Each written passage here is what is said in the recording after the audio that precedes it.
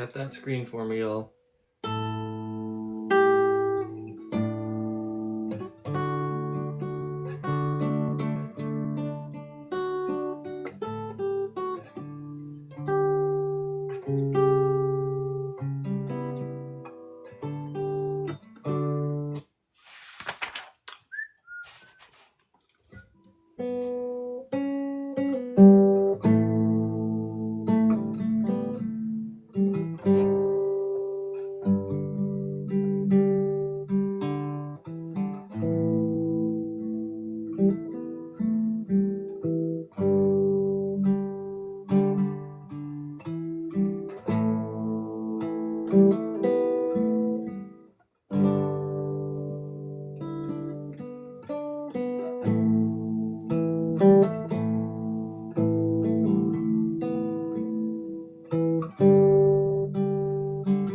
Got a guest. Got a guest request.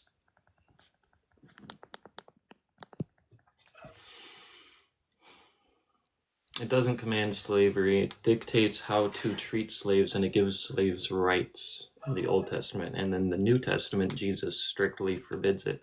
What's Wait, going on? what? I was just talking to the Oh, comments. What's going on? okay. Sorry about that. I didn't know where that came from. I'm just talking to Um, the comments. yeah. Um, and I just want to ask for a clarification real quick. That way I'm not like wasting your time. When you say, why don't you believe in Jesus Christ? My assumption is that you mean, why don't you believe Jesus Christ is like still like alive to this day and is a God? Not necessarily. I'm just wondering why people don't believe what he says. Ooh, he said a lot of things. So I guess, what do you mean? Now Just I'm in general, confused. I think that there's no good reason to not believe that Jesus said the things that are recorded in Matthew, Mark, Luke, and John, Why do you believe he said those things? because there's no good reason not to believe them. And then every other theory on why the disciples wrote what they wrote falls far short of them actually just writing what he said. So you think that it's okay, or that it's a good way of arriving at the truth to just believe something and then wait for people to prove you wrong? No, I'm just seeing if anyone has the ability, because I haven't seen it yet.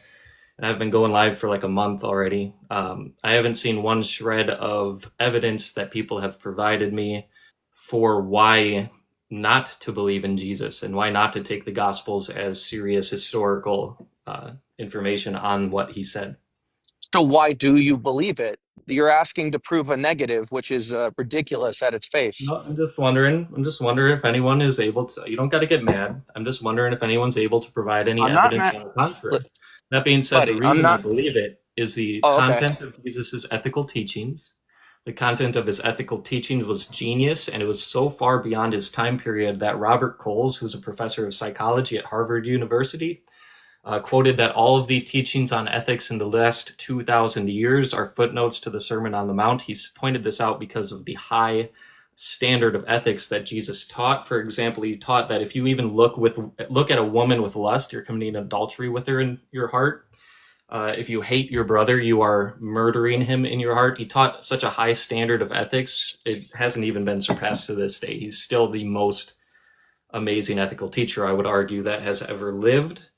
On top of that, one of the biggest points for evidence on why Jesus can be taken seriously is the evidence backing his resurrection having actually occurred in history. So first of all, I wasn't mad at you. You don't have to play those kinds of games. I'm walking I my know you're dog and getting I'm kind running of out of heated breath. because you're like, oh, you got to prove a negative. I'm just Listen, wondering, bro. You don't have to Noah. answer the I'm question. You don't walking have to my get up dog. here. Sometimes I run out of breath. It's okay. You don't have to make accusations. Now, you You were said, getting kind of upset, buddy. no, But Noah, do you know my mind? go ahead. Are you an expert of my mind? Go ahead. Do you have any evidence?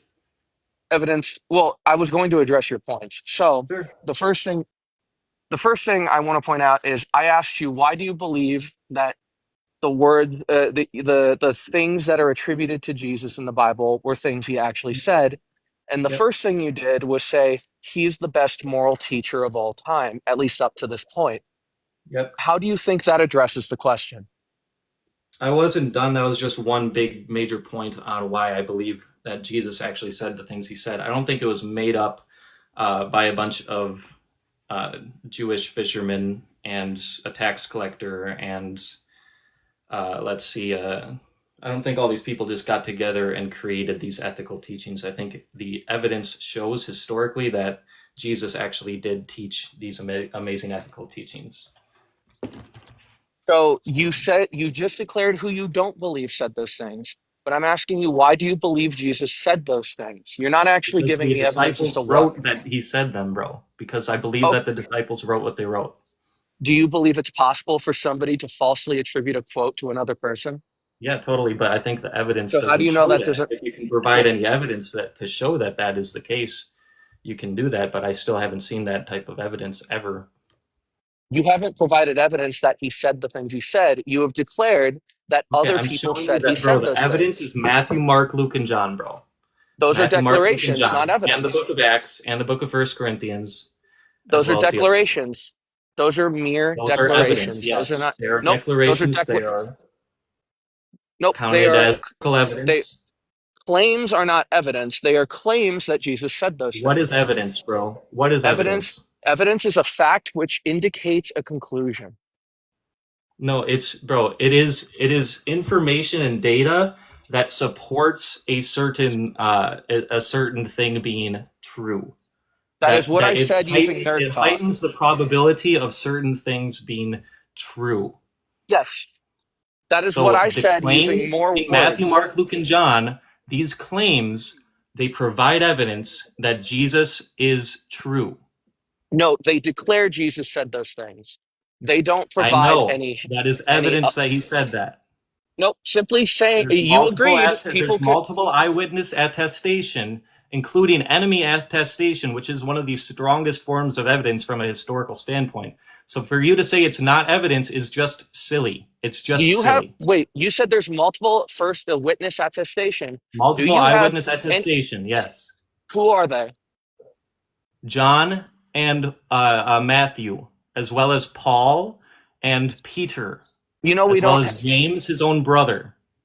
You know Paul didn't meet Jesus when he was alive, right? He saw him after in a vision Yeah, I don't on the side of care. the What road. about the other ones I mentioned that affirmed Oh, Paul? we don't have any evidence that they actually wrote those things. That's great, bro. That's great. Why do you think that there's no evidence that they wrote those things in light of the fact that that is 100% what the names given to the authorship of those books are? They're given. Those names are given via church tradition. There's no Yes, autographs. the There's earliest no fragments of traditions, the autographs. earliest traditions that we have on the authorship of those books, they unanimously attribute them to their given authors. So why don't you believe the historical evidence, bro? Why are you just trying to claim that they're just a bunch of liars or something? Like, I never bro, said they were a in lot. light Hang of on, the hang on, historical hang evidence, on. what reason do you have to disbelieve them? What Noah, reason do you Noah, have to calm down. disbelieve them? Noah, calm down, calm down. I never said they were liars. I said falsely attributed. Do Okay, you believe people what can be evidence do you have wrong? that they falsely attributed them then? Oh, I've never heard good evidence or been presented with good evidence that Jesus actually said those things. Why don't you believe the earliest traditions on who said those things? The very Oh, earliest traditions. Why don't you believe them? tradition and truth are not unanimous concepts. People can Okay, these traditions establish tradition. stem from people such as Okay, Irenaeus no, and that's cool. Polycarp, who were disciples of the disciple John, the eyewitness of Jesus Christ. Why don't you believe the strong tradition that stems from the eyewitness community?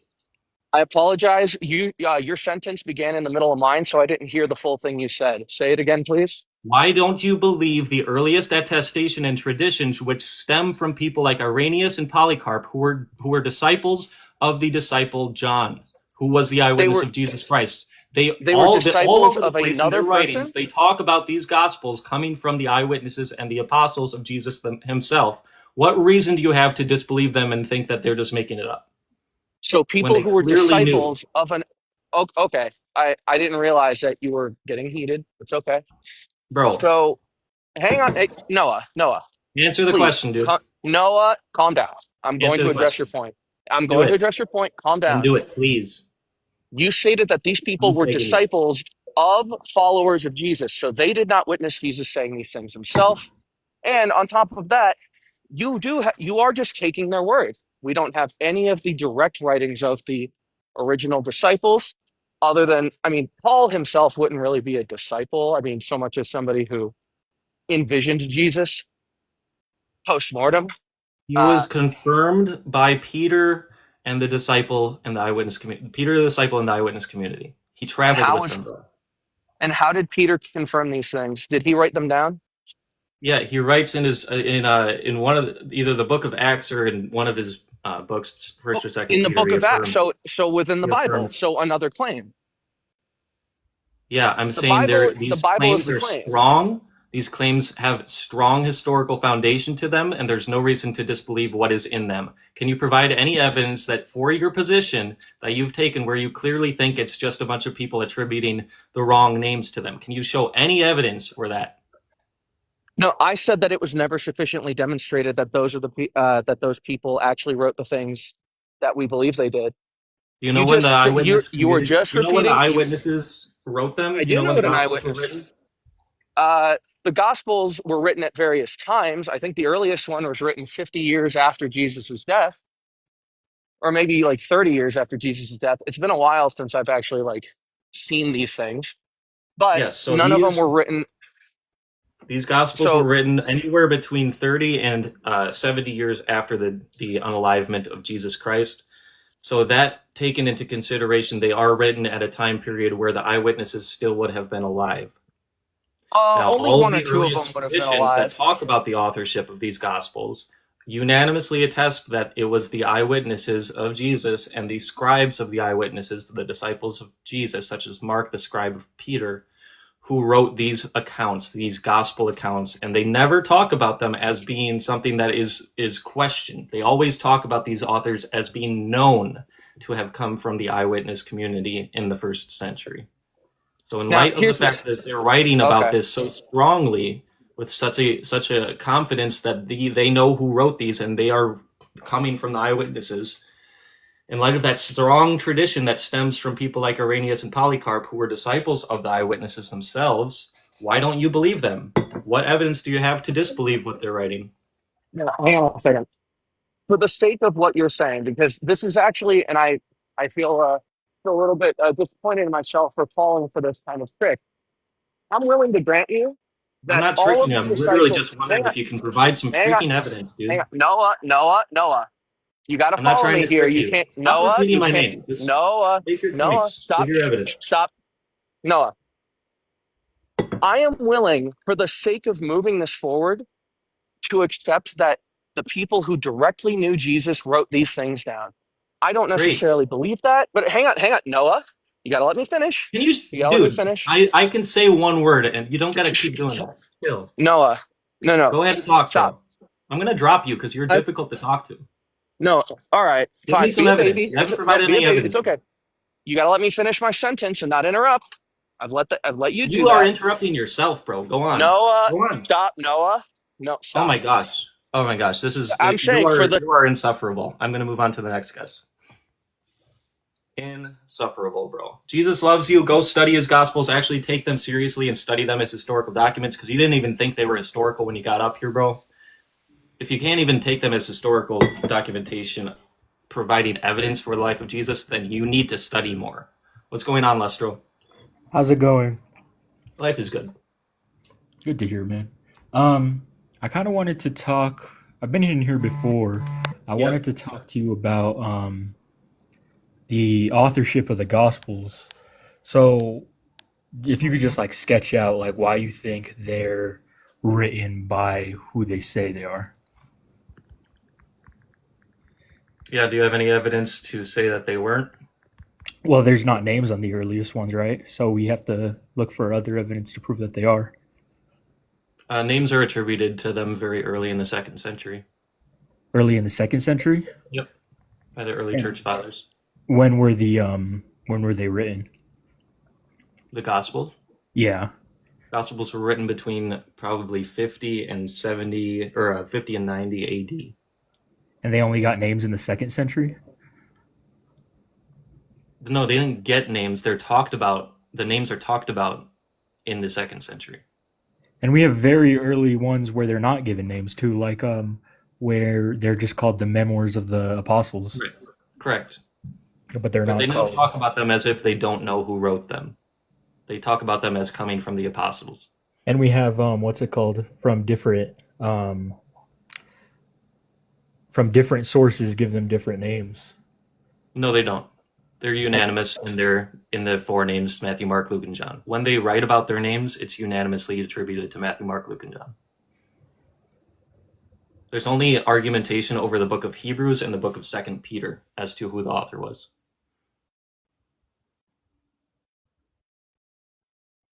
theologi, The what? theologi who attribute the name to somebody else. I don't know what you're talking about. Theology.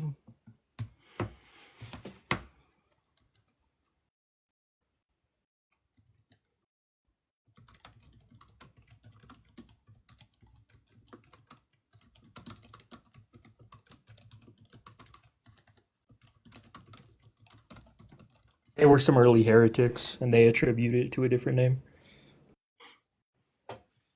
Yeah, if they're called out as heretics by the early church who is uh, preserving these traditions, then I don't think But we I'm can trust thinking if some. it's unanimous, like I'm just thinking like they were all eyewitnesses, they're all in the same area. Um, as far as I'm considered, the early church, their connection to the apostles is pretty hazy to me, at least.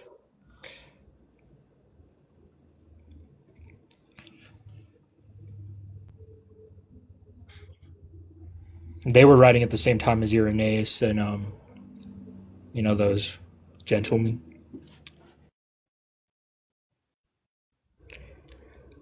Yeah, I don't think there's good evidence to show that there's any uh, disputation, major disputation on the authorship of the Gospels. The four Gospels, um, they're extremely strong in their tradition, coming from the apostles. That being said, the Gospel Luke it does have a little bit of uh,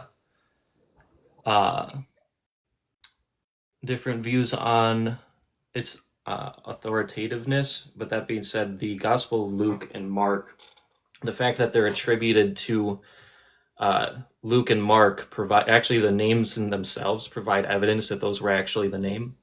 Because if they're just trying to attribute any old name to these eyewitness accounts of Jesus Christ, then why would they choose Luke, who was a physician who never actually met Jesus? And why would they choose Mark, who was a scribe of Peter, instead of actually just saying it was Peter and then another disciple, such as Thomas or something like that? Um, Well, there are already other gospels floating around that were given more bigger names. So, and how would what we do you know mean? how big of a Like what? figure? So, like the Gospel of Thomas, the Gospel of Judas is one. There are other gospels floating around. Yeah, no Gnostic texts that came about in the second century, and they were condemned by the early church who were carrying forth these four gospels, Matthew, Mark, Luke, and John, Yeah. and attesting them to the eyewitness community in the first century. So we had It's other not great competing evidence. gospels. Those books were called out as being not from the eyewitnesses right away when they were written. By the early church, who had their own ways of going at it. The way I'm looking at this is the early Christian community was putting all sorts of gospels together from the eyewitnesses, and they just put these names on. And we can't really say why, but it doesn't seem to Yeah. me, at least, that these are legitimate names. It's just a It's because tradition. of it's because of the strong traditions of the early church that we can have confidence that these come from the eyewitness community because they unanimously talk about these four gospels coming from the eyewitness community. That being said, Luke actually mentions other people who were trying to compile gospels just because these are the four that were considered authoritative and chosen to be passed around the early church doesn't mean that they're not to be trusted because these were the four that made it. Luke actually mentions them. He says in Luke chapter 1, verse 1, inasmuch as many have undertaken to compile an account of the things that have been filled among us, just as those who from the beginning were eyewitnesses and servants of the word handed them down to us, it seemed fitting for me as well, having investigated everything carefully from the beginning, to write it out for you in orderly sequence, most excellent Theophilus, so that you may know with certainty the things that you have been taught. So he's talking about other traditions that were also from the eyewitness communities. It's just the four, Matthew, Mark, Luke, and John, ended up being the authoritative ones. It's not actually an issue as far as the trustworthiness, what you're bringing up. So you think those other ones were also from the eyewitnesses, possibly? That's what Luke says. So the Gospel of Thomas is also an eyewitness. Uh, No, that's not what I said, bro.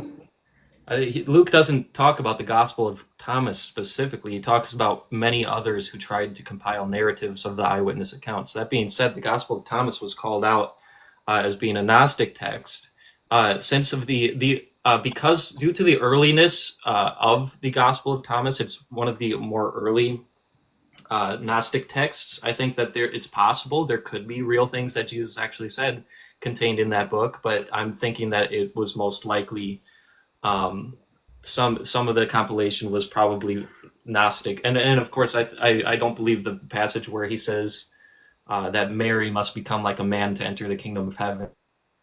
That's ridiculous, very contradictory to what Jesus taught in the four canonical Gospels: Matthew, Mark, Luke, and John. So I think that the Gospel of Thomas, essentially, I don't take it serious as authoritative on the life of the historical Jesus because the early church called it out, basically. so because the early church called it out, it's not authoritative? Correct. They knew it was coming from heretics. See, that's where I what I'm not getting. Why is the early church such a authority on this? Okay, Why so do we go believe watch their go attribution go of on their? YouTube, and you should go on YouTube and watch Inspiring Philosophy's video on the Gospel of Thomas if you've still got an issue with it. You just have an issue in trusting the very strong traditions that are carrying forth the eyewitness testimonies.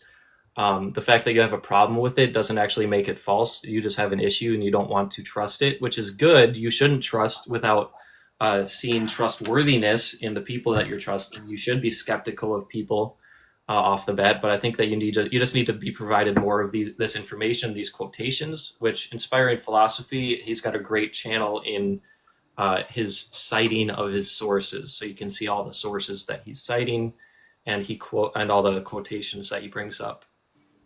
I'll check it out, but I'm not the only one. Most scholars don't believe that they're this tradition, that they are traditional authorship. I mean, I wouldn't say most. I would say respectful. most scholars do believe that the Gospels come from the eyewitness community. I would say most scholars do agree with that. I I don't mean, know why even you in think most textbooks scholars about biblical scholarship, you'll find references to anonymous authorship. I mean, this is mainstream in biblical scholarship. I To understand that the me, Gospels are anonymous internally, but I think that most people conclude, due to the strong traditions of the early church fathers, that the four Gospels were written by Matthew, Mark, Luke, and John. I'm just guessing how strong that tradition really is and how much stock we should put into it. I mean, I don't Extremely. just take the early church fathers at their word. I would want to know that they had a connection with the apostles to be able to make these kind of claims. Right, they do. They talk about their connection with the eyewitness. They talk, like Irenaeus and Polycarp were disciples of the disciple John. The only thing I've ever heard from Polycarp is that he saw John speak once in his youth, not that he was a disciple. So what? So if I see someone in my youth, that doesn't make me a disciple, and that's not evidence that I was a disciple. So it wouldn't give me authority to make these sort of claims.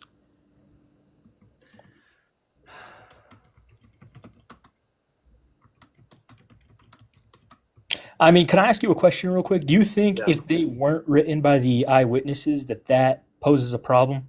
Because I think Christians have Yeah, mixed it views poses on an that. extreme problem. You That would don't be an think that extreme issue. it would still uh, push forward? Because I think almost everyone would think that at least you can pull some things of value from the um, the Gospels, even if they are anonymous, even if they are just written by anonymous Greek Christians.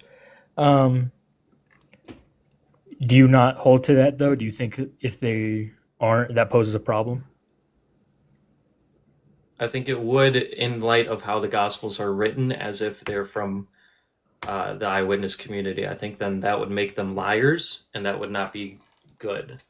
That being said, I think that there's no reason to think that the four Gospels did not come from the eyewitness community. I think the strong evidence shows that they did,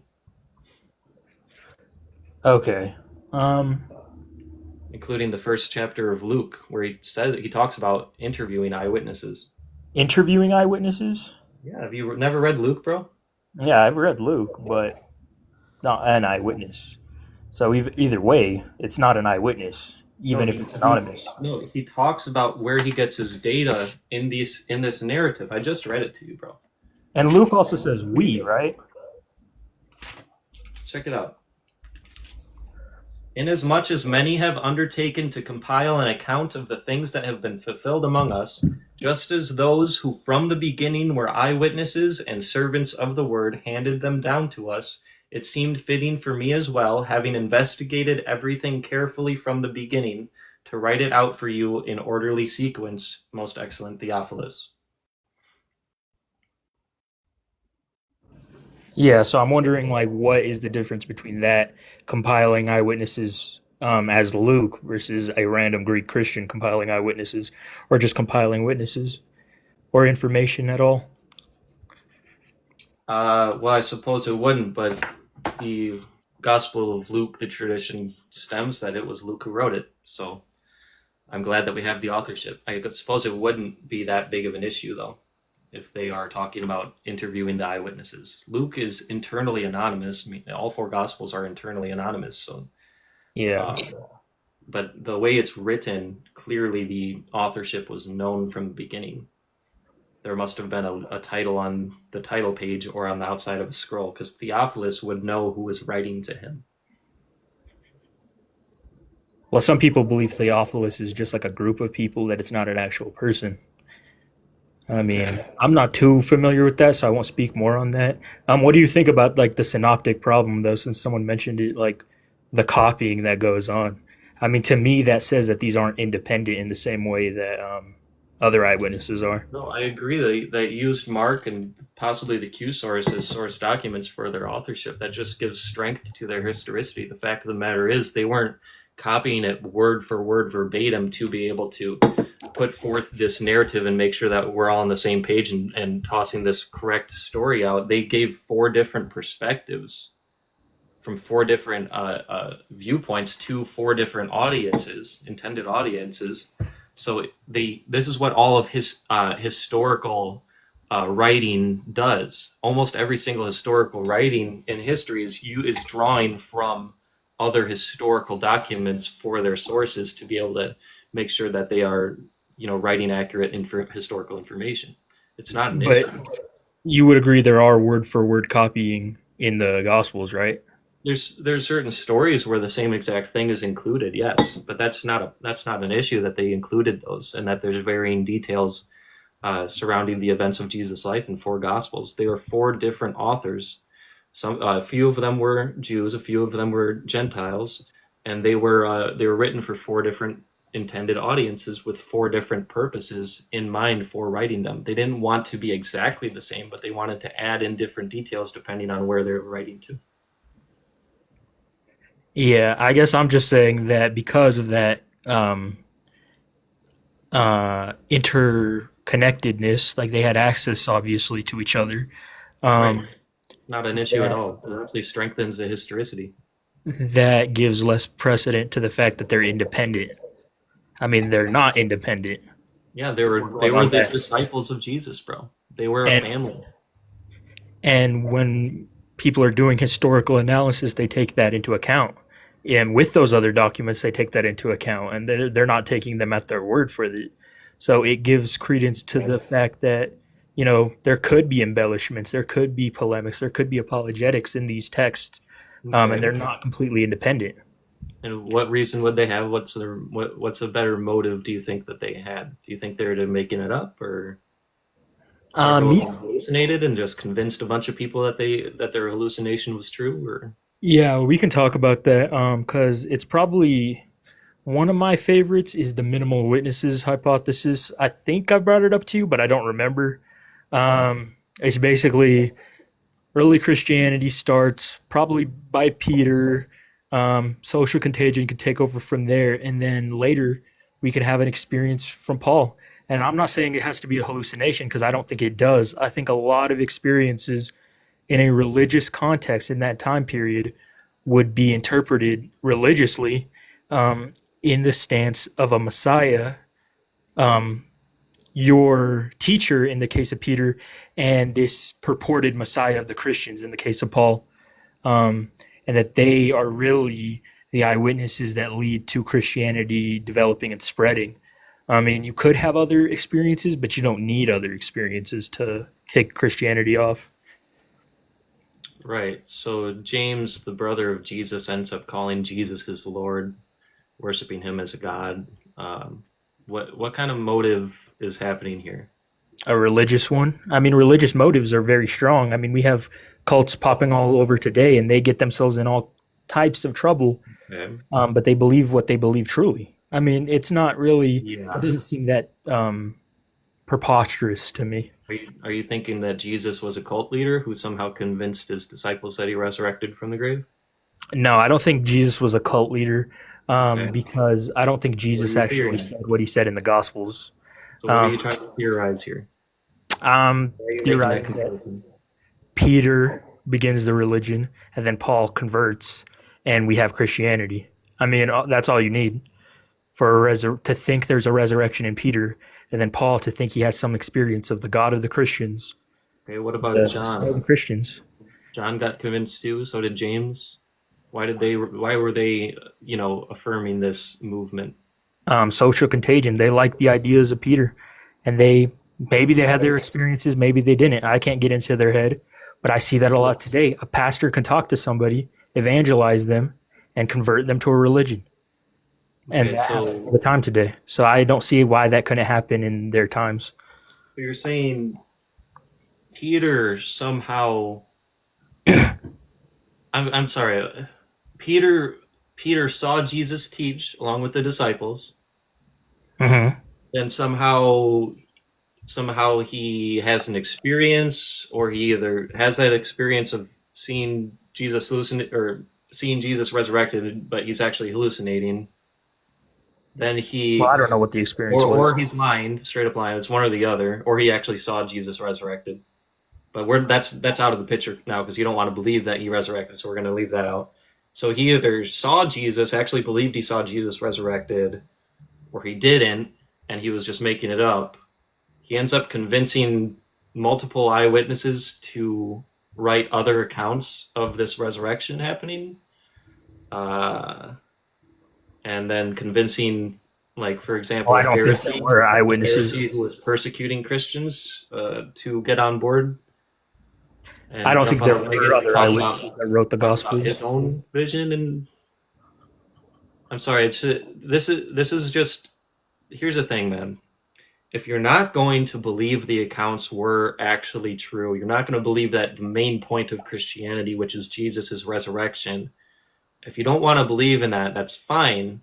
But there's no theory, in my opinion, that falls anywhere near probable, the point of probability, compared to him actually having resurrected from the grave. Like, this makes no sense to me how this movement could have started unless every single one of them had hallucinated, or every single one of them was on board with making up this extremely equitable and amazingly beautiful life story of Jesus, and just kind of convincing thousands and thousands and thousands of people to end up worshiping him as God.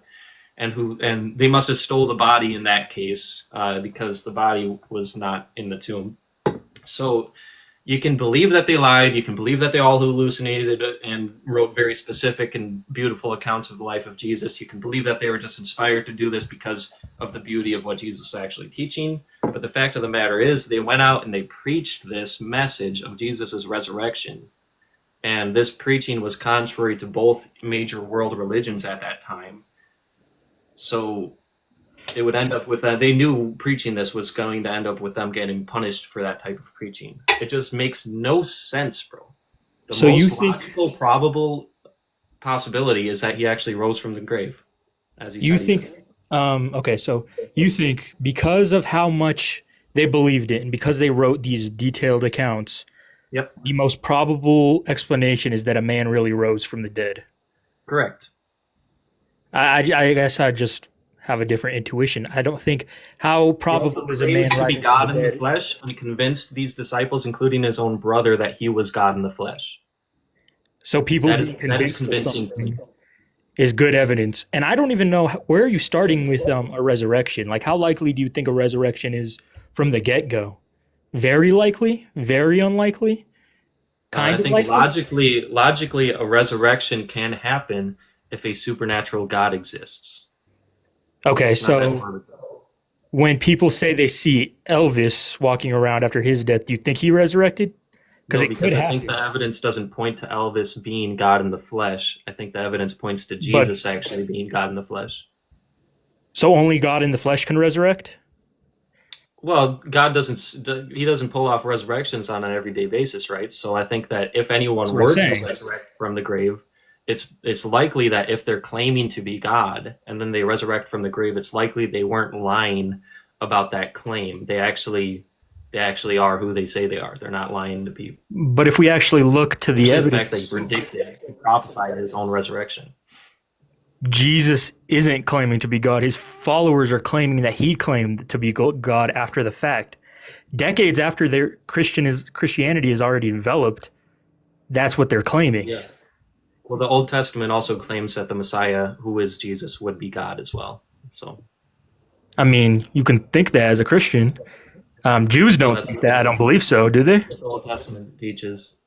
Do Jews believe Actually, a that? lot of there are ancient Jewish traditions that it's called the two powers in heaven.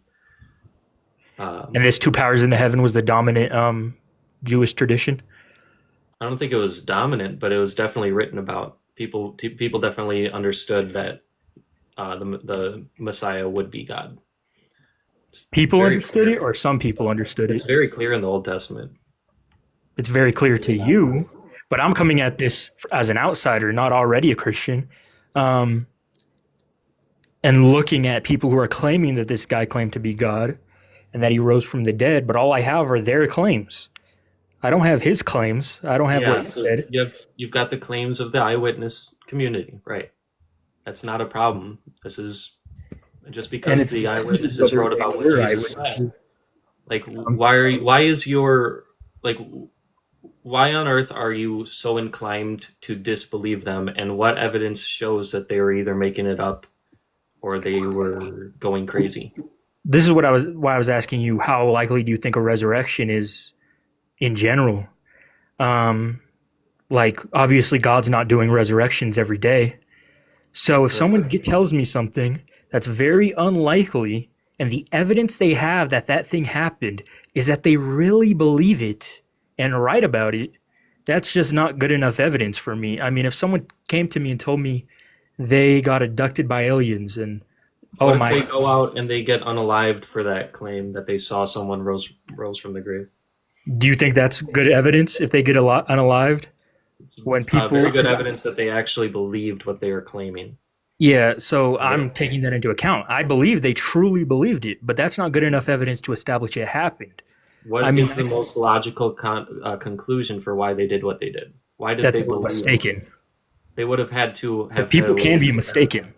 they would have had to have a very very strong hallucination with multiple parties over a long period of time, 40 days, hallucinate this multiple times. Again, you're taking things from the Gospels and assuming they're Yeah. fact, rather than that there's just It's, claims from the we're people. talking about the same eyewitnesses, bro, that we've been talking about. I know, They're but I'm not both taking what they say eyewitnesses. as fact.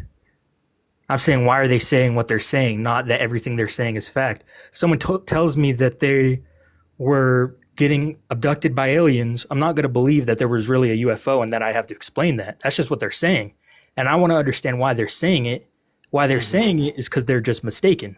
And I think that's a much more likely than that a resurrection really occurred without So some sort of other evidence. you think that they're mistaken about seeing Jesus resurrect from the grave, but somehow Yes. they made this mistake where they ended up actually believing that they saw him resurrected from the grave. Do you And think then they people wrote could be very mistaken about specific. those things? Then they wrote very specific accounts of how Jesus walked and talked and ate with them afterwards for a period of 40 days. Do Do you you think not that they're think that's just how other making religions it, they start? just made this up based off of a hallucination experience that they had? Yeah, that's how I assume other religions start as well. I mean, how do you think other religions start? Okay, bro. Do you think those Like people are what telling the religion? truth? Depends on the religion. Let's say Buddhism, when Buddha does all these crazy things in the writings from about Buddha, like where that guy's trying to approach him and he can't. The distance between them just keeps getting bigger. Do you think that was a lie? Do you think he was mistaken? Do you think that's an embellishment? What do you think about that? Yeah, I haven't heard that teaching of Buddha, but I've read the earliest tradition on Buddha. I don't think it has any miraculous occurrences. It just has this compilation of teachings. Um, I haven't actually read that, so I'd have to analyze how close to the life of Buddha were these accounts written, what was the community that wrote them, and is there um, evidence to show that they were telling the truth about these events, or is it more likely that these events were just folklore made up surrounding the life of Buddha? I'm guessing that that would be the case. And how do you make the difference between those two things? Just going by distance, and if the eyewitnesses really believed it?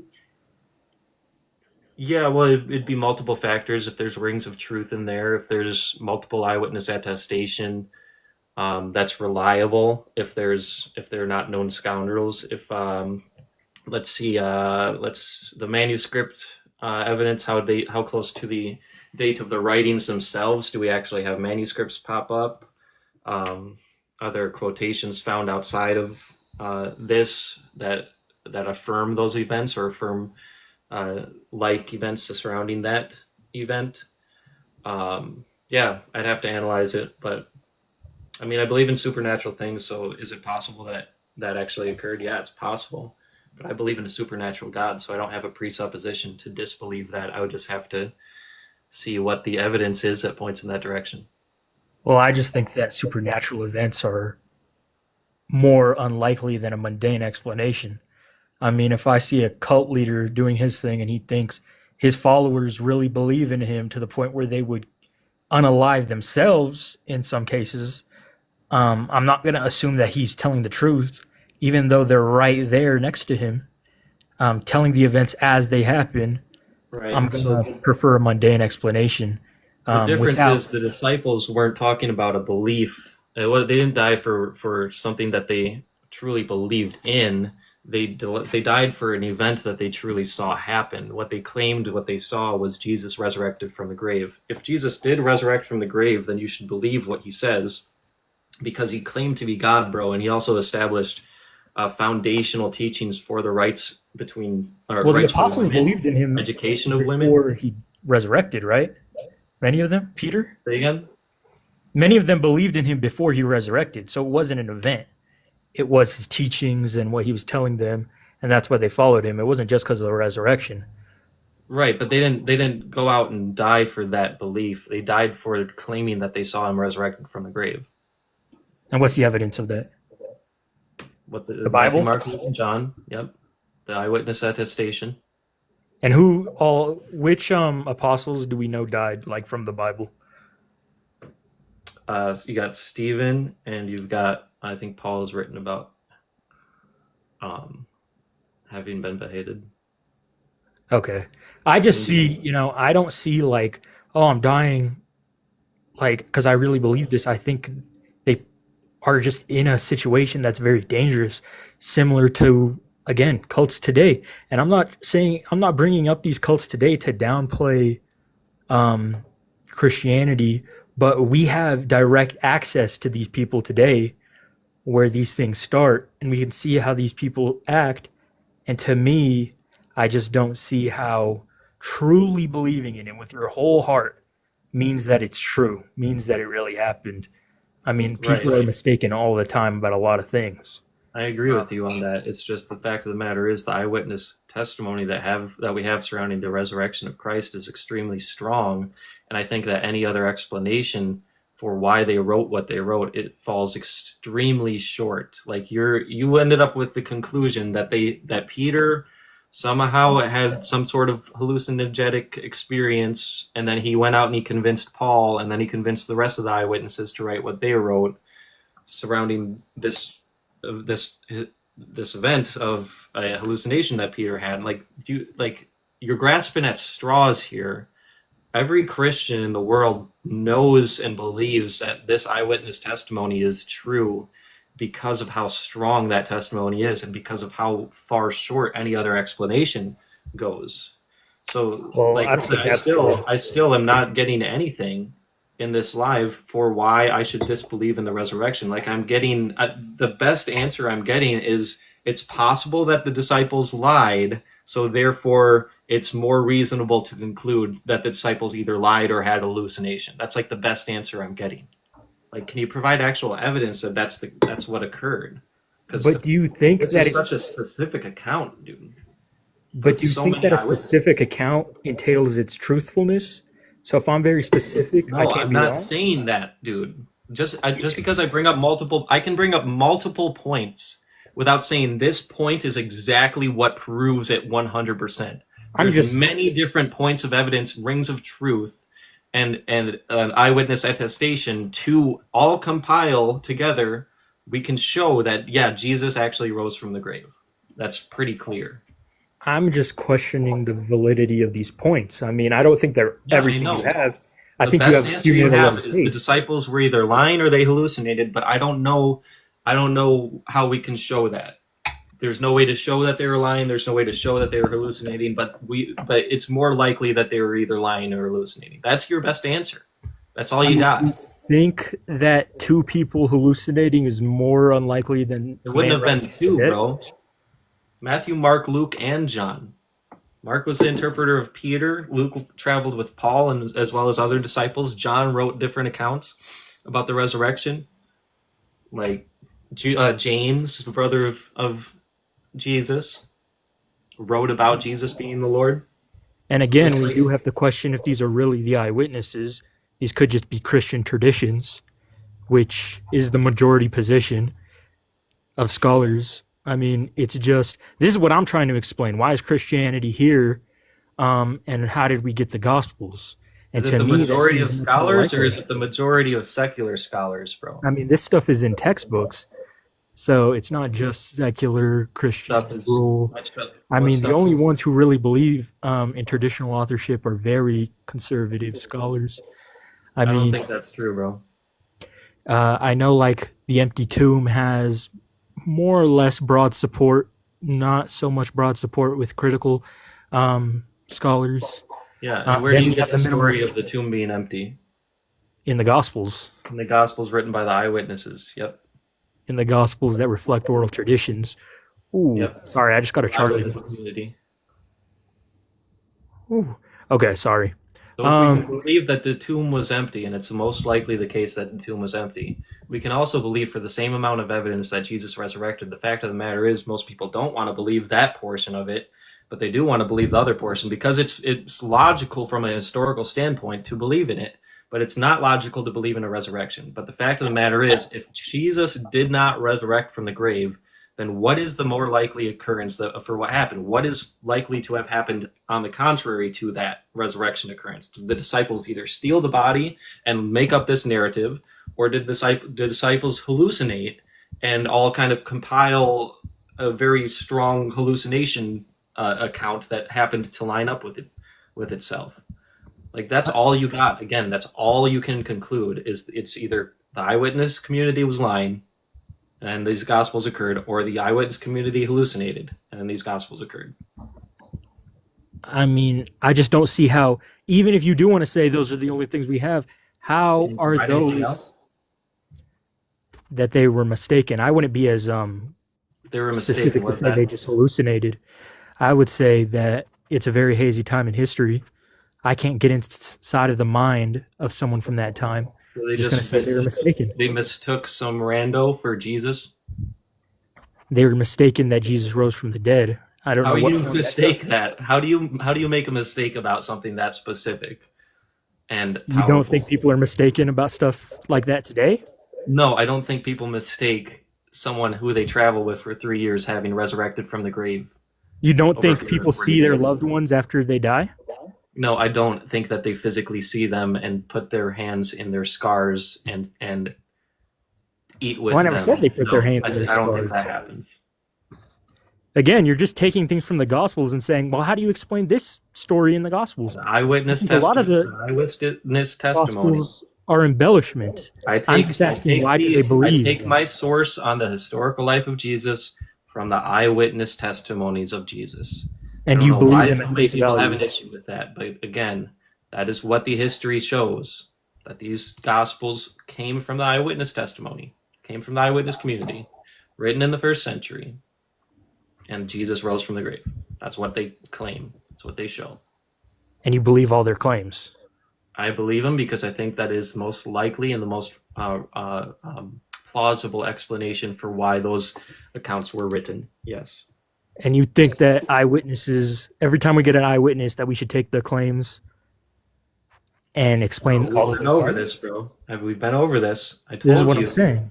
I told you it's a compilation of the trustworthiness of eyewitness testimony. It's based off of the rings of truth in the Gospels and different stories in there that they didn't need to include, but they did include. It's based off of how great the manuscript record is and how much variance we find in the manuscript record, how much those variants affect the context of what's being written about.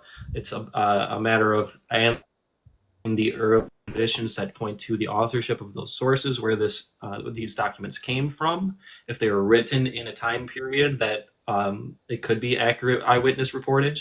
If they are written about as being from eyewitnesses who actually were people who walked and talked with the people that they're talking about. Let's see what else. Anyway, it's a compilation of many very basic historical evidences. Archaeology is another one. Does archaeology line up with these people and places that are being talked about? And again, I'm just questioning the validity of these things that give you so much trust in the claims. Like archaeology, you can know places and times. That doesn't mean you're getting everything you're saying right. I mean, many eyewitnesses during 9/11 got things wrong, even though they could name the position and location that they were in. So I don't see how that gives them a right. So the reason that they still are the reason the resurrection is still valid is because that is the main point of these Gospels. The main reason that they wrote them was to portray the fact that Jesus had resurrected from the grave. That was a historical foundation for Christianity in the first place, written about in 1 Corinthians chapter 15 by Paul. He said, if Christ hasn't resurrected from the grave, then our faith is void and we are to be pitied the most. So, for example, there's a battle that Caesar waged, and I forget which Caesar and where it was, but two different historians write about him and the track that he took over the mountains. One different. One of them was different. The two accounts were different in as far as where he walked to get to the battleground, but no historian believes that the battle did not take place because that was the main point of the writing and the reportage of this history. Same thing with the Gospels and the epistles of Paul and James and Peter. The main point of this religion is Jesus Christ rose from the grave. It's just people don't want to believe that portion. When they can believe because of the historicity, they can believe in the crucifixion. They can believe that Jesus actually was a historical person. They can believe he taught amazing ethical teachings. They can believe he was born in Bethlehem. They can believe he grew up in Nazareth. They can believe he taught in Jerusalem. All these different things, but they don't want to believe in the resurrection because it's miraculous. And it's sad. Well, I think historians have extracted the facts using the criteria that they use with any other source. So we get facts like Jesus existed, Jesus was crucified by Pontius Pilate. What are the other facts? You might know them better than me. Grave was empty. Yeah, there's an empty tomb. That's not it's a claims. Oh yeah, some of the apostles claimed that Jesus rose from the dead and the conversion of Paul. These are things. They all agreed with that. They all agree with that. The main point of Christianity. But you don't have to, that doesn't mean you have to believe every claim that the Gospels make. Like in the thing of Julius Caesar. What is the in most the, in the reasonable Jewish explanation for that now that we have this evidence? to explain those facts and those facts alone, because we're not buying into everything else the gospel says. That's what I'm saying. I don't have to buy that Thomas touched Jesus' wounds to assert that Jesus was crucified. The gospels are historically useful, but that doesn't mean I have to trust every claim they make. So now, Right. how do I explain the facts that I can extract out of there?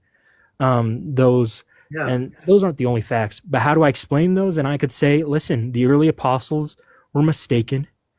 Paul later has an experience. He thinks is Jesus. He converts. Early church. It doesn't seem that All right. unlikely for me. You can Much more believe likely that, than a bro. But resurrection. I just think to say that I don't believe in Jesus because I don't really know what happened, but Peter likely just, had an experience and then Paul had an experience. Like, you can wave it away, but the fact of the matter is, bro, it's not good reasoning to not believe in Jesus Christ, considering his amazing teachings, considering he claimed to be a God that loves you and is revealing himself to humanity, considering that the history shows that he actually rose from the grave. I think that you waving away these accounts is just, I think it's a bad decision. I think that Jesus Christ, if he was a foundation in your life and you actually believed he was God, it would improve your life dramatically as far as from a moral standpoint. You would have more of a loving connection with the Creator. I don't know your connection with the Creator right now, but I think that Jesus, no matter where you are, taking him seriously as the personal God, can only improve that relationship. I think that it's just like I said, I never hear anything that convinces me that it's likely that they were just lying or making it up or hallucinating. It's just that's the kind of theory that you can. That's the only thing that you can fall upon is just a fringe theory that maybe they were just hallucinating. Well, that's because And you're a it's sad. Christian. And it's sad, but Jesus Christ is so great. He's the most wonderful person who ever lived. He taught against sexism, racism, and the abuse of children. He loves you. He claimed to be a God that loves every single person, wants us all to stop being evil and to have eternal life. So we have I agree, everlasting hope Spock. for a future. Then he resurrected from the grave to show that he, actually was who he said he was. He claimed to be God. So I think we've reached a brick wall here, though. So I'm going to move on to the next guest. God bless you. Have a good one. Thank you for joining today. I don't have much longer to go. Hey, brother. How you doing? Life is good. Good, good. I was just on your live checking it out, bro. I appreciate you talking the truth and praising our Lord. Yeah, it does suck that people don't realize, they don't want to claim, they don't want to say that Jesus is God with all the claims being right in front of us, the facts. Can I ask you something, brother? Christianity Yeah. has a big statement. It says it's a bold statement, especially here in America. I was born, raised a Catholic, about 14 years old. Stopped following religion from, say, a rebellious standpoint. And I found out that all these religions, I've done okay research. And is it fair to say that we're just want a relationship with the Lord, with God, and we're looking to be more like Him, like Yep. Jesus, and we're not really Christians? We would just say, I'm not even a Christian, brother. I'm a follower of Christ, and follow what Jesus is talking about, because I believe Jesus is God and resurrected. You can't kill God, so that's why the resurrection is much needed, and it says a lot. But what do you think about that Christianity word? Yeah, it means little Christ. It means follower of Christ. So by definition, if you are following Jesus, you are a Christian. There's no way to get past it. Okay. Actually, like, this is the thing, bro. The first 4 years that I accepted Jesus, I didn't want to call myself a Christian. But I've kind of come to the conclusion that I got to take on that name regardless of all the hypocrisy that you say in people Like taking that? on that name, just because of the simple fact that that is what I am. I am a Christian. I follow Jesus Christ. That's by definition what it means. It means follower of Christ. So to somehow slander that word, I think you're slandering a huge portion of God's family, God's believers, and I think it's disrespectful in light of the fact that they can take on this name that's attached to all this hypocrisy and still wear it proudly and still say that, yes, I have a relationship with Christ, I follow Christ, I'm a Christian. I think that's powerful, and we need to be able to do that to combat that same hypocrisy. the reason I didn't want to take on the name Christian is because of all the people that call themselves Christians that did evil things that are contrary to Christ who took on that name. But I gotta suck it up. I gotta face the facts, and I gotta realize, this is actually what I am. By definition, I am a So, Christian. Christian. If I'm going to be a good Christian, then I have to wear that name while also showing people that what a true Christian is a follower of Christ. So the more you Yeah. point people towards Christ, the more that you are being a Christian, literally. I like that, brother. I like that. Thank you for putting that, because I also have the same, my mom going to Seventh Adventist, Catholics, Muslim brothers. I've seen it all, and I said, man, this religion stuff, and Christianity is a religion, but you're saying it's a double-edged sword. It's to show the real Christians from the false Christians. Correct. But to call yourself a Christian while being still categorized as a fake Christian, it's tough. But that's what Jesus wants us to suffer and carry our own cross. I like that, man. Yeah, we gotta suck it up and call out the hypocrites when we see them. Hey, man, brother. I just got to work, but I appreciate you letting me on, and that kind of helped out me today, brother. No problem. God bless you. Peace. Yes, sir. All right, I'm gonna go with Adrian because I don't trust user. I don't know if you're the same user that I don't trust, but I'm sorry if you aren't. Hi, Adrian. Hey, I never been on your page before. We haven't had any encounters or anything. Right on. And I don't really have anything much to say. I was actually trying to get on when that other guy was still talking. Oh, sure, 'Cause, sure. yeah, I was just having some other talking points for him, but seem like it's other people there that's still doubters and everything. But it's Yeah. a good thing that you out here at least trying to wake people up about the sun. It's very important.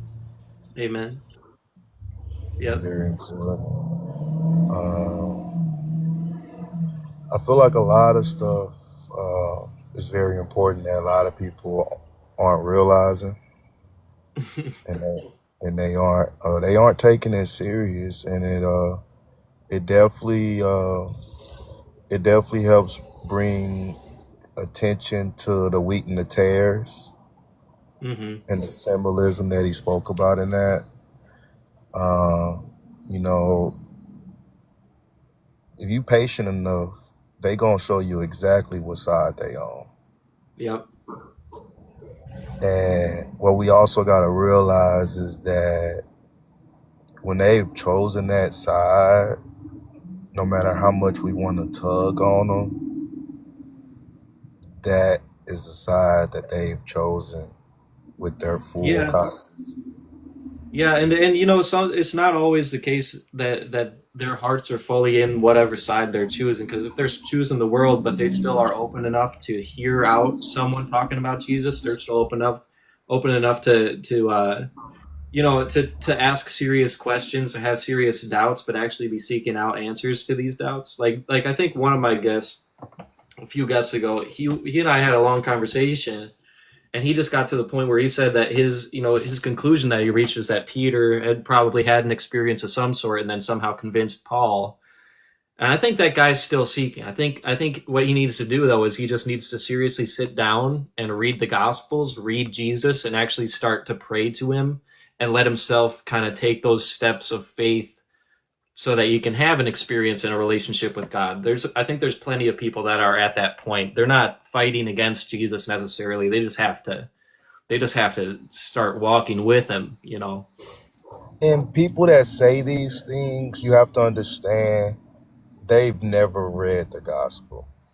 Right. Not seriously. Not a lot of them not very seriously. Yeah, because it's like, for one, if you have, you would know that Paul had his own experience. And his experience on his own was life changing. Yep. Yeah, he was an Um, enemy. Enemy attestation. It was mhm. powerful. One thing that I think once you get in the truth that you have to do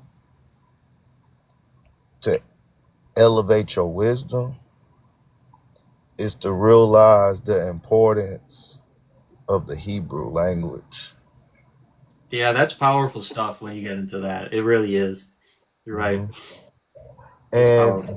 that's also why when he came back to Paul, he came back to him as Saul, as far as Mm. I'm going to speak to you in your native home language,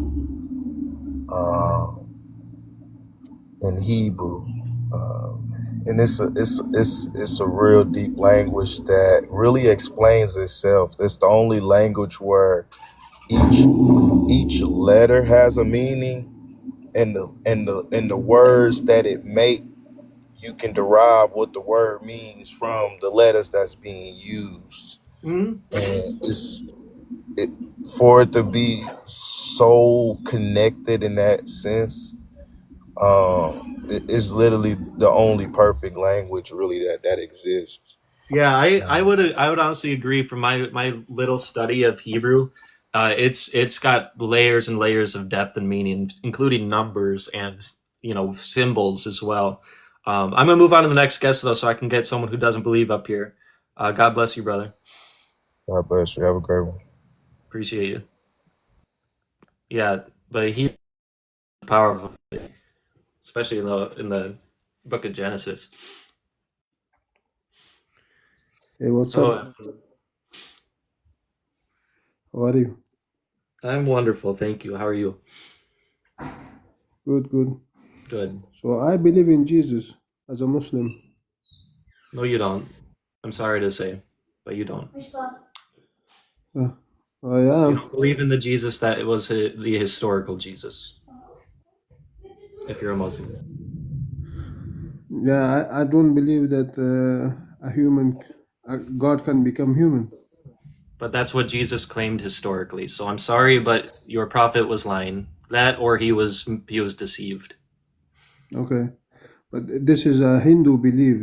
Hindus also believe that God became human. Not in the Like, same way Jesus was. yeah, but not in the same way, but it's like the same. Like they believe also that You just God said can it's not become. the same. You just told me it's not the same. Is It's it the not the same same, or the is it not the religion, same? but the concept is the same. No. That God can become a human.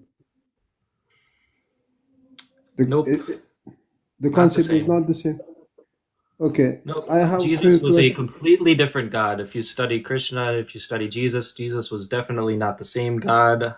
Jesus claimed to be the one true God of Abraham. He claimed to be the creator of the universe. He claimed to be not just one of many multitude of gods, like in Hindu, Krishna is.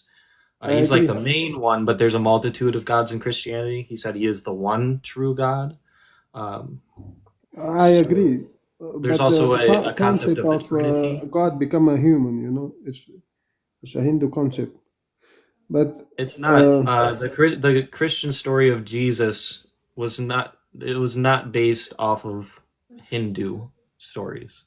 To I make know. that to make that to make that connection is just silly from a No, I historical know that. standpoint. What I am saying, brother, is that the concept of God becoming human is not only Christian belief. Zeus and the other European beliefs are also the same. The Hindus also the same. That's But I great, have but they few aren't questions about historical accounts. Christianity. Those are mythos. Those are That mythologies. yeah, like for me, it doesn't make sense. Like, why would God become a human being? And Because he loves okay, us and he wants to take on human flesh to reveal himself to humanity and to show that he loves us. By his sacrifice on the cross, he's showing us that God loves everyone, even the enemies that are nailing him there. He's showing that he suffers along with us in our sins so that we're not alone in our suffering, so that God actually has a foundation to understand us, so we can understand that God is willing to understand us and willing to show his love for us. so he Jesus needs to Christ, his become a life is the human. greatest showing of God's love for humanity in all of human history, I would So argue. God needs to become a human in order him to I never understand said us. he needs to. I never said he needs to. but he Mm-hmm. did because he is showing his creation how much he loves us. So he chose to become human, chose to take on the sins of the world, chose to redeem us, chose to Okay, save us from the sinful I have state a few that we are questions in, there. and chose to inspire us to be more loving based off of that action that he did in his life, which is resurrect from the grave. Yeah. So I have a few questions about Jesus dying for us. So the Christian concept is that we human, when we sin, we owe to God, and now God sent His Son to pay for our debt, and He was crucified, and that's how, if we believe in Him, we will be saved. You know. So the thing is, does God need blood for forgive us? No, I don't think he needed blood to forgive sins, even though the Bible does teach that there is no forgiveness of sins without the shedding of blood. I think that's referring to the Old Testament, what do you call it? Law of Israel, basically, the Old Testament law in Leviticus. So basically, I think that God chose to make it that way, where the atonement of sins is paid for in blood, to point to Jesus. Because Jesus was giving his life and showing his creation that he loves us enough to suffer on our behalf, suffer in our place, and suffer to prove his love. For instance, before he went to the cross, he said that the greatest way to show love for your friends is to be unalived for them. And then he claimed to be going to the cross to be unalived for the sins of the whole world. So I think, no, God didn't need the blood to do it. God could have just snapped his fingers and forgave us all for our sins. But God, because he's just and he's good, he knew that the best way to show us his love was to actually take on a human flesh and show us face to face, basically. Okay. So did Jesus die? Yes, he was unalived historically. Okay. After 3 days, he was alive again He was resurrected bodily from the grave, yes. with That's what flesh the and earliest bone. history shows. Well, with flesh and bone. He had flesh and bone. Correct. So how can you say he died? Because when you die, you are not flesh and bone anymore. I don't think I think he descended into Hades as the account goes, and he was preaching to the souls in Hades, which shows God's unconditional love for his creation. Even the ones that are already in hell, God wants to be saved.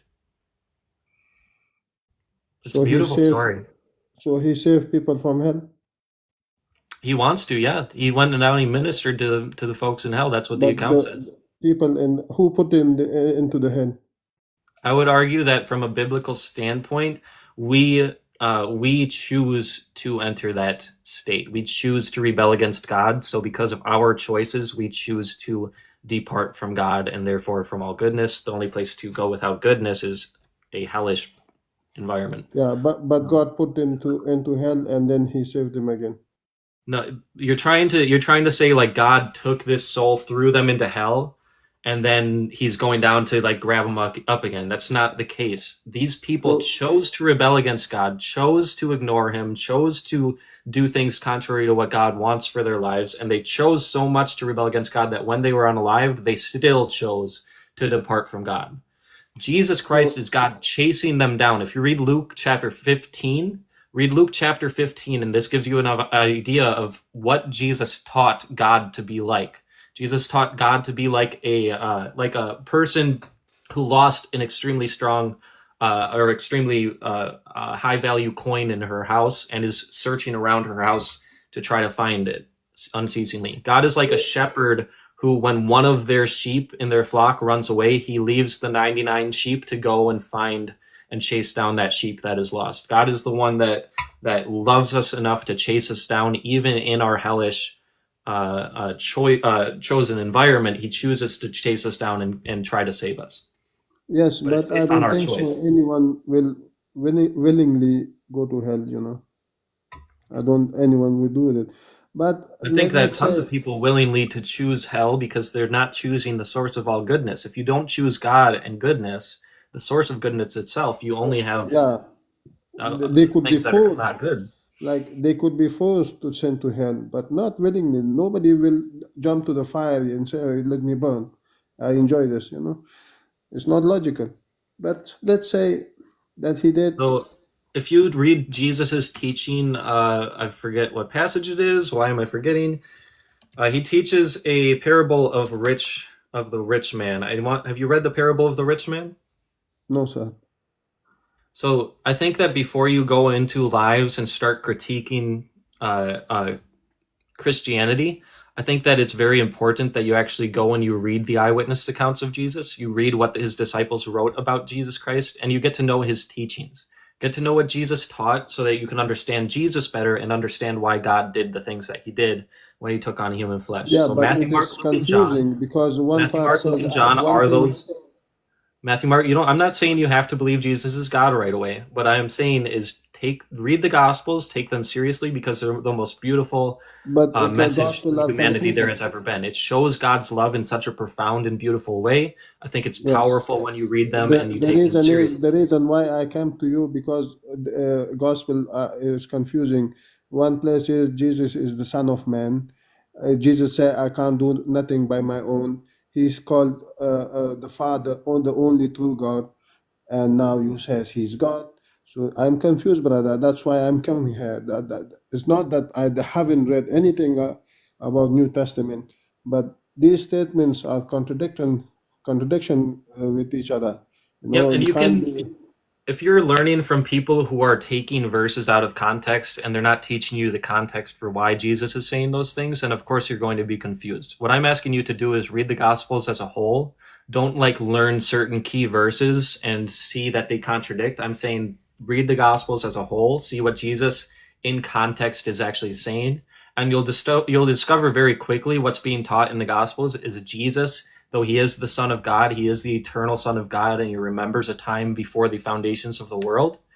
Though he is the creator, as being taught in the scriptures, he's claiming to be God. He's claiming to forgive sins, for example. Like, you cannot forgive someone for a sin that they did against God unless they did it directly to you. A human can forgive a human for a human sin that was done against them. But if someone's sinning against God, then it's not like any old human can walk up to them and forgive them for their sin that they sinned against God with. Jesus Yes, Christ did that. He in forgave sins. So Catholics we basically, do. what you'll see in the Gospels being taught is Jesus is humbling himself by taking on human form, and in his human flesh, in his state, in his humbled form, he is taking on the form of a servant. So he's submitting to the Father, and he actually claims to be the Son of God who always submits to the Father. But that does not negate his divine nature, which he also claimed. It just means that he's willingly submissive to the Godhead. Yeah, I want to discuss about Jesus dying for us. So Jesus was crucified, and he was in the tomb for 3 days.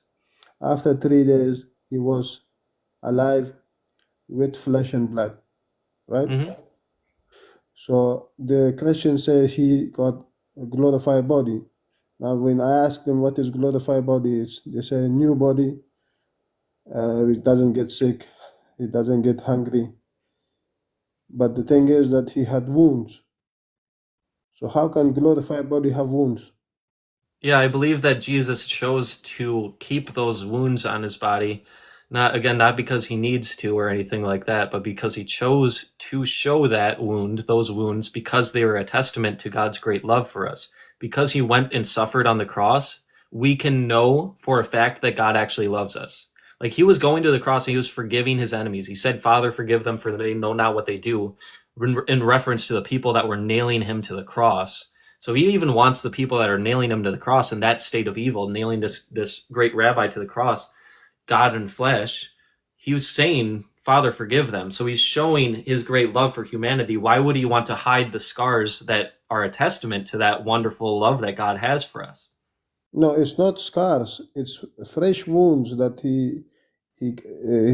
he's bleeding from. It's not something like, that have I been.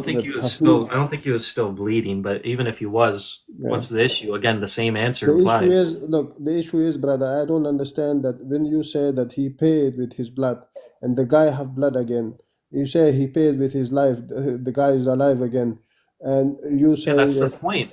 yeah, That's the let point. me He let me finish, overcame brother. death. He showed us Yeah, that we have eternal life to look forward to. He showed us God's amazing ethical teachings and love for humanity.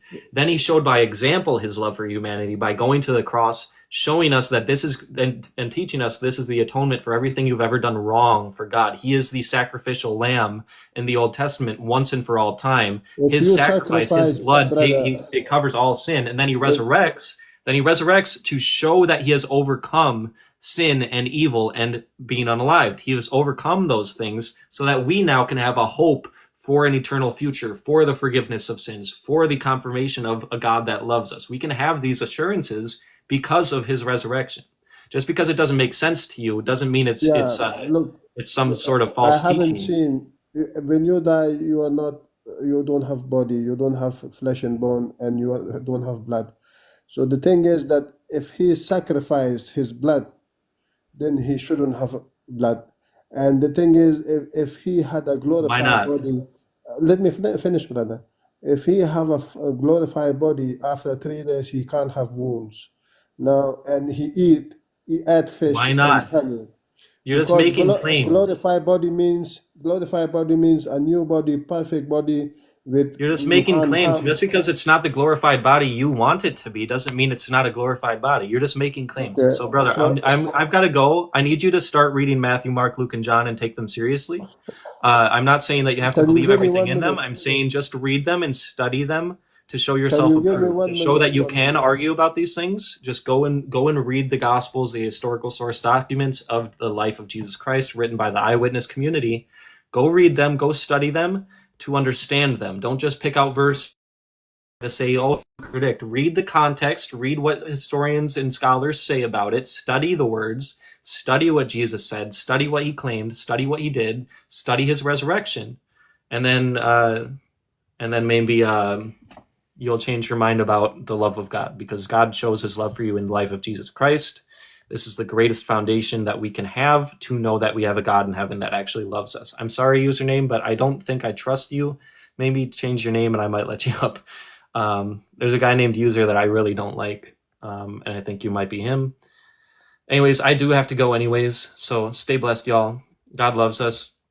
No, he doesn't sit and eat popcorn while watching children suffer. He actually showed his great love for children, showed his great willingness that they do not suffer, and showed that anyone who's causing those children suffering deserves to have a stone, or it'd be worse for them, actually, is the way he put it. It would be worse for child abusers to have a chain attached to a stone wrapped around their neck and thrown into the sea. So Jesus obviously has love, and God also obviously has love for those children. They will be in heaven when their suffering ceases. God suffers along with us. That's what Jesus shows. God is weeping over our suffering. But the state of the world right now is cursed, and God is doing his best to draw us out of a cursed world. But to do that, we need to choose to accept goodness. We need to choose to accept God and to align ourselves with heaven, to align ourselves with God's will. Once we choose that, this world will eventually be made into heaven again. Jesus is going to return again, and there is no longer going to be sin, suffering, or unalivement. We are going to be made perfect, and that suffering is ultimately going to be redeemed. So he provides redemption and justice for all the sufferings of the world. He loves us. Stay blessed, y'all.